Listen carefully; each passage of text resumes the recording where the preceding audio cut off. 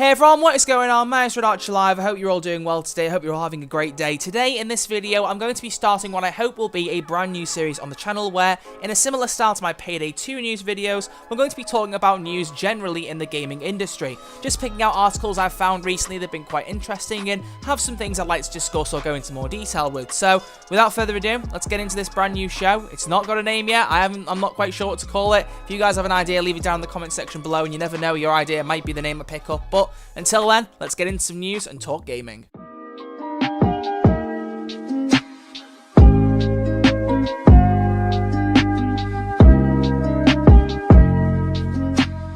The first and one of the most important articles I wanted to talk about today is coming from charlieintel.com, the website known most for Call of Duty news, and it's regarding the situation with microtransactions, specifically in the US. The article is headed by US Senator introduces bill to ban loot boxes and pay-to-win microtransactions in video games. The whole premise is that a state senator is trying to petition banning any and all microtransactions in games that are designed for an audience under the age of 18, or at least for people who might play it under that age. It can be for mature audiences as well, but if there's a high likelihood that an under 18 is going to play it, that game will come into this kind of spectrum that the senator is trying to address. The main goals and focuses of this bill and where it's being aimed are stated on this article. Firstly, for games targeted at those under the age of 18, as I've said, but this will be determined by the subject matter of the game, the visual content, and any other indicators that have been used in the past to judge certain games, give them age ratings, and so on and so forth. On top of that, games with wider audiences whose developers knowingly allow minor players to engage in microtransactions. So for instance, Fortnite, Epic Games and the people working on Fortnite, they are well aware that there is a large player base of people under the age of 18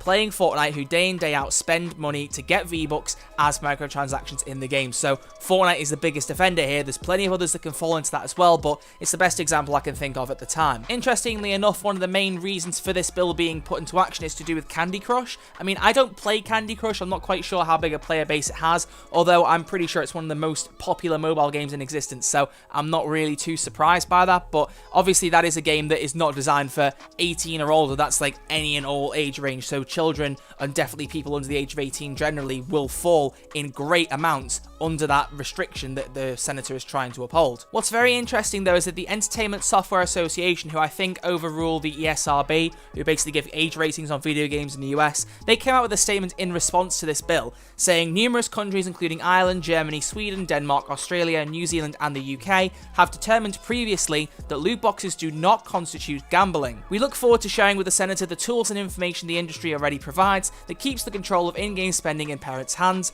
Parents already have the ability to limit or prohibit in-game purchases with easy-to-use parental controls. I think the argument here comes from the fact that in a loot box purchase, no matter what you do, you're still getting an item out of it if you pay with real-life money to get whatever you're looking for. Whereas with normal gambling, you go into a casino or something, you bet all your money on a certain thing, on a certain activity, you can get absolutely nothing back, and that's where it crosses the line into gambling, which is a bit of a dodgy line to cross. I get where they're coming from, but in this case, especially in games like the older Call of Duties like Advanced Warfare, Black Ops 3 had it as well. I can't remember if any other games had it as severely as those did, but in games like those, you would be gambling to get something really high. If you got a lower item that was like really low rarity you didn't care about, you might as well have got nothing. I mean, that is really the closest you can get to gambling without having the official gambling definition matching up with it. But the statement about saying there are already easy to use parental controls, I just don't agree with that, because there are things in place, but parents either A, don't care enough and just let their kids do whatever they want, or B, they think they trust their kids enough and they've like taught them the right way to do it. They put their credit cards onto the console to pay for, say, one purchase. They don't bother taking them off the Xbox or the PlayStation because it's just too much effort to take it off and put it back on repeatedly, and occasionally kids will just sneak purchases without them knowing. It's gonna happen. Parents, despite any controls they might have, are not going to catch everything, and then pinning it on that and saying that's enough of a reason to not ban microtransactions, that's just daft. Next up, in an article that's going to be a lot closer to home for those of you who are used to this channel and the kind of videos that I make and aren't new around here, we're going to be talking very briefly about the situation with Starbreeze Studios, because just recently they have posted their interim report for the first quarter of 2019, detailing the losses and the size of their losses in terms of their financial status. Now, they've lost quite a lot of money. Again, I'm not going to go into facts and figures because I will bog this video down, and it isn't all about Starbreeze in this video, so I'm going to keep it as short and sweet as I can. The point is, they lost a lot of money again in this quarter. Payday was the biggest cash generator out of everything they were making any money out of, and on top of that, if they apparently don't get any more funding by the end of this year, they're going to go under. They need a serious cash injection, and if they don't get that, then Starbreeze Studios' days are unfortunately numbered, and that is really, really worrying to hear. I've seen a few articles reporting about it recently, and that's what brought this to my attention, because I did have Starbreeze's news stuff on email alert, but apparently I didn't get the email for it, so I'll have to look into that. But I've seen all the articles talking about it, the same thing. Some of you might have seen them already, but Starbreeze basically have until the end of the year to get a big cash injection, or else we're in trouble. We're in serious, serious trouble with the company, so I hope we get some news soon. I really do. They've sold a few of the game rights back to developers/publishers, whoever own them. So Dead by Daylight, Starbreeze have sold that. System Shock 3, they've gone back to the developer. Starbreeze has no say in that anymore. So I don't know how much else they have left to sell, so hopefully if they do have any other games like that they can sell, they just sell them off and try and make as much money as they can. Really, as long as they focus on Payday and they get it right, Payday's the only thing they really need. I mean, I know they had these big ideas for other games to make, but if they can make Payday right, they can make Payday 3, Payday Crime War, get things out the door, then that's all they really need for the time being. That's all they should care about. But until we get more information when they come out of reconstruction sometime next month, I really can't say anything else because I don't know what's going on behind the scenes. I have no idea what they're up to. The only thing we've seen recently is the release of the Crime Wave collection for the Xbox One and PS4 versions of Payday 2. So I really don't know what to tell you, so we'll leave it there for now. If there's new news regarding that, I'll be reporting it as soon as I find out. Anyway, next up I've got an article talking about Borderlands 3, and it's regarding the voice actor for Claptrap, one of the more popular characters in the franchise. At least I'm thinking he is, because I haven't ever played a Borderlands game. Don't shoot me. I really want to play Borderlands 3 and get into the game that way, so don't judge me too much just yet. But there has been some controversy recently because the voice actor known for playing Claptrap in previous Borderlands games has confirmed he will not be reprising his role in Borderlands 3, and there's a very interesting discussion going on talking about why this happened. David Eddings was the name of the voice actor currently playing Claptrap up until Borderlands 3. He was working at Gearbox Software. He was already a member of staff, from what I can tell here, and because of that, he wasn't paid specifically for the role. He was just paid for doing his job. But since then, he has left Gearbox Software. He's joined Rooster Teeth instead, a different development studio,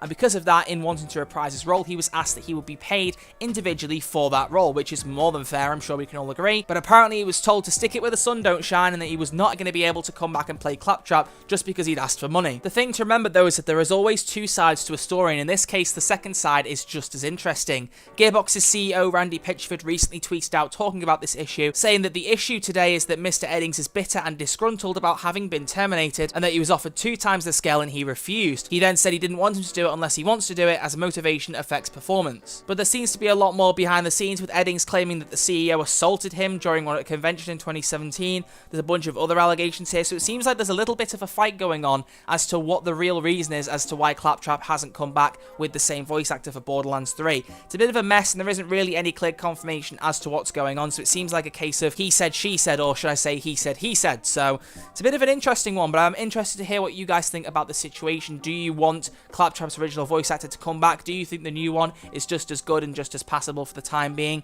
Or do you have any more information? Do you have a personal opinion on the current debate? Feel free to let me know down in the comments. And as our final big story for this week's video, we're going to be talking about everyone's favourite video game publisher, EA. We all know them, we all love them, we all know they've done nothing wrong in the last few years, and we love them for it. But, all love aside, in a recent earnings call, CFO Blake Jorgensen has shared some predictions as to how many units will sell for some of their upcoming games. Now, in this earnings call, they predicted that Need for Speed's new title will sell around 4 million copies, and the next upcoming Plants vs. Zombies game will sell somewhere in the millions, although it's not actually specified any further than that. But the big title they're expecting to do very well is the single-player Star Wars Jedi Fallen Order, who, if I'm not mistaken, is being developed by Respawn, the creators of Titanfall. I'm pretty sure that's who's developing it, but either way, it doesn't matter, so if I've got it wrong, then I've got it wrong. Not really important in this context, but they're expecting Jedi Fallen Order to sell between 6 and 8 million copies, which, as a lot of you can guess, is no small feat. That's a big task and a lot of expectations for a game that really EA have not done anything of a similar style before. The single-player Star Wars game genre has been quite lacking in recent years, so predicting something as high as that might be a bit of a risk, honestly. And not to mention the last time they made a prediction that was that high, it didn't quite go as well for them, because they estimated that Anthem would ship between 5 and 6 million units, and they haven't actually ever stated officially how many it sold, but they did say quite clearly that Anthem did not meet their expectations, and on top of that, their microtransaction sales were even less than they anticipated on top of that. So really, EA are being very brave predicting that much for Star Wars Jedi Fallen Order, but if it's a good game and if people receive it well, then it might just well ship that amount. It just depends on how it works. They have stated previously that there will be no microtransactions, no loot boxes, no nothing of any sort in the game, and they're trying to use that, I believe, as a marketing tool to get people to buy the game. Well, Newsflash, EA, people buy single-player games for the fact that they have good stories, good characters, a lot of good features, an open world maybe for some cases. They don't buy it because it's not multiplayer. That's not the logic. It never has been. So I don't know what high horse you think you're on by trying to announce that, but that is a really bad idea because people are not going to go for that. So try and sell it for what the game actually is rather than what it doesn't have. But either way, that rounds off the news for this week. If you guys have enjoyed this video, as I've said previously, please do consider giving it a thumbs up and leave a comment down below. If there's an article you think I've missed that would still be relevant in a week or two's time, please feel free to let me know down in the comments because I can always review something in hindsight and talk about it even if it's a couple of weeks old. Because if it's still relevant, it's still worth discussing in a video. But until then, guys, as I've said, if you have a new name for this series you'd like me to call it if I do more episodes, please also suggest that. I'm very willing to take ideas. I've heard someone suggest Red Archer News. Maybe I'll go with that if I don't get any other ideas. I don't know. I try and want to think of something really catchy that's unique to the channel and isn't just a little bit too simple. So Red Archer News might work. I don't know. I'll take other ideas if anyone's got any. But until then, thank you all very much for watching this video. If you have enjoyed, please do give a thumbs up. As always, you know how much it's appreciated. And if you are new around here and you fancy seeing some more videos, then hit subscribe because you know the drill. It's quick, it's free, and I'll always love you for doing so. And as always, my Patreon link will be in the description. Big shout out to everyone who's been supporting me over on there, as always. But until then, guys, I'll see you all next time with a brand new video. Until then, hope you have a great day, and I'll see you all very soon. I am holding on in the back of my mind for dear life, holding on in the back of my mind.